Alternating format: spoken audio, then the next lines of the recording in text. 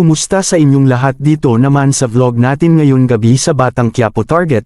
Unang-una sa lahat ito ay teaser video lamang para ma-update sa Batang Quiapo. Huwag kalimutan follow at subscribe ang channel. Sa dami nga tao sa Quiapo ay naubusan na pagmimigay si Son Marzang at Doña Nita sa mga ayuda. Ito si Monique ay gusto pumunta sa bahay ni Chick para makipagkita ito sa kanya.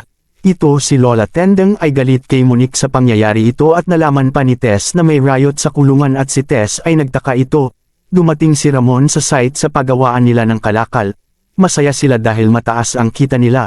Tinawag ni Severino si Baldo kasi ipakilala ang malakas na buyer sa kalakal.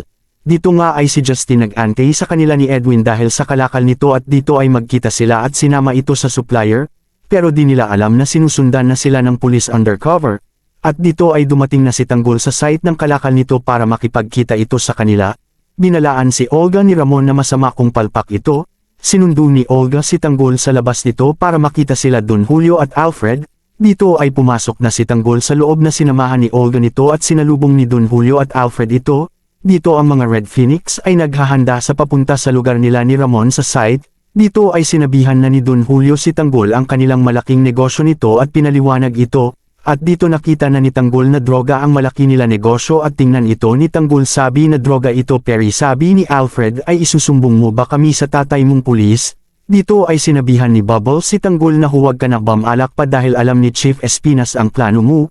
Kaya nag-usap ito at doon si Chief Espinas sa likod nila kasama si Owen, si Warden at Macas Santos. Dito umalis na sila dahil doon na ang target nila. Abangan bukas sa Batang Quiapo. Huwag kalimutan follow at subscribe ang channel.